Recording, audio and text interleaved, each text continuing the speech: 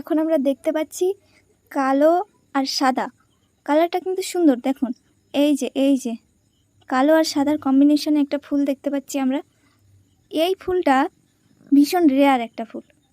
এত রেয়ার ফুল আমি সত্যি দেখিনি। আর এই ফুলটা এত সুন্দর, এত সুন্দর, যদি আপনি ঘরে রাখেন আপনার ঘর একদম ভীষণ জলজল করবে, উজ্জ্বল হয়ে উঠবে। এই যে সাদা, হ্যাঁ হালকা করে পিঙ্ক কালারও আছে। হ্যাঁ, ফুলের আবার ঠান্ডা লাগলে মাঝে মাঝে নাকটা কালো হয়ে যায়। পিঙ্ক কালার, এখানে ব্ল্যাক আছে, এখানে হোয়াইট আছে, এখানে হালকা হালকা গ্রে আছে। হ্যাঁ, এই যে ভীষণ সুন্দর একটা কালারের ফুল।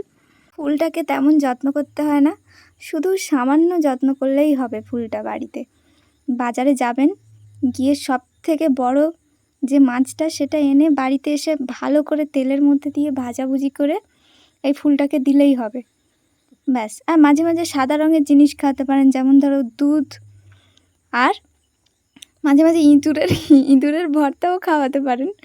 তাহলে এই ফুলটা ভীষণ সুন্দরভাবে গ্রো করবে আর ভীষণ সুন্দর। হ্যাঁ, এই যে আবার এখানে একটা ব্ল্যাক কালার আছে, এই যে হালকা পিঙ্ক, বেবি পিঙ্ক, ভীষণ সুন্দর ফুল। এই ফুল যদি বাড়িতে আনেন, বাড়ি থেকে টিকটিকি, আরশোলা এসব কিছুই হবে না। এর অত্যাচারে টিকটিকি আরশোলা ভাবে দরকার নেই, এই বাড়িতে অন্য বাড়ি গিয়ে থাকি।